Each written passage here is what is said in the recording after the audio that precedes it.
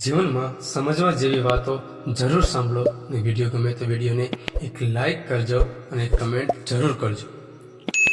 And અને and બંને બોલાય તો એક જ રીતે, પણ એકનો અર્થ થાય છે જોડવાનો અને એકનો અર્થ થાય છે તોડવાનો. જે છે જેટલું છે એટલામાં જ ખુશ રહેવું જોઈએ, કારણ કે જરૂરથી વધારે પ્રકાશ પણ માણસને આંધળો બનાવી દેશે.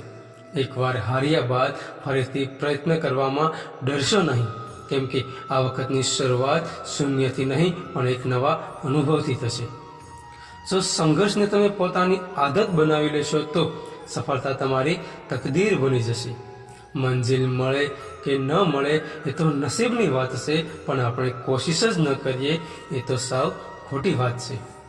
લોકોનું કામ છે કહેવાનું, પણ આપણે આપણા મનનું જ ધાર્યું કરવાનું, કારણ કે જિંદગી આપણી છે, નિર્ણયો પણ આપણા જ હોવા જોઈએ.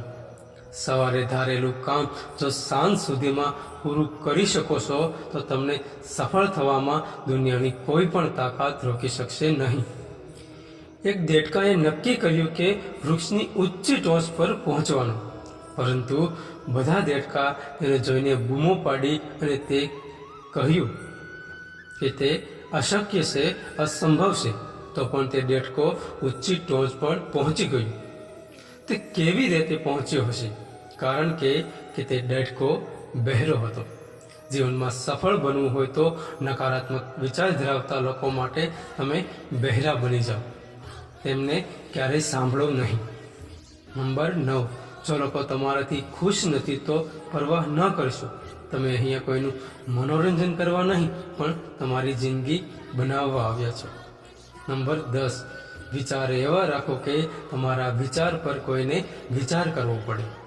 સમુદ્ર બનીને શું ફાયદો? બનવું હોય તો નાનું તળાવ બનો, ત્યાં સિંહ પણ પાણી પીવે તો ગરદન ઝુકાવીને પીવે. નંબર 11, સ્માઇલ કર્યા વગર તો સેલ્ફી પણ બગડી જાય છે. આ તો જિંદગી છે સાહેબ, જીવનમાં હંમેશા હસતા રહો. સવારનો ધુમ્મસ પણ એ શીખવે છે કે બહુ આગળનું જોવું એ નકામું છે. ધીમે ધીમે આગળ વધતા રહો, રસ્તા આપમેળે ખુલ્લા થઈ જશે. ટેન્શન, ડિપ્રેશન ત્યારે જ વ્યક્તિને આવે છે જ્યારે એ વ્યક્તિ પોતાનું નહીં પરંતુ બીજાનું વધારે વિચારતા હોય. ગરબા હોય કે જિંદગી, ક્યારે પગલું આગળ ભરવું અને ક્યારે પગલું પાછળ ભરવું, જેને એ આવડી જાય ને એ જ સાચા ખેલૈયા છે સાહેબ. તમારી જાતને સમય આપો, કારણ કે તમારી પહેલી જરૂરત તમે ખુદ છો. દોસ્તો, આ ચેનલ તમે પહેલી વાર જોઈ રહ્યા છો તો પ્લીઝ ચેનલને સબસ્ક્રાઈબ કરી લેજો.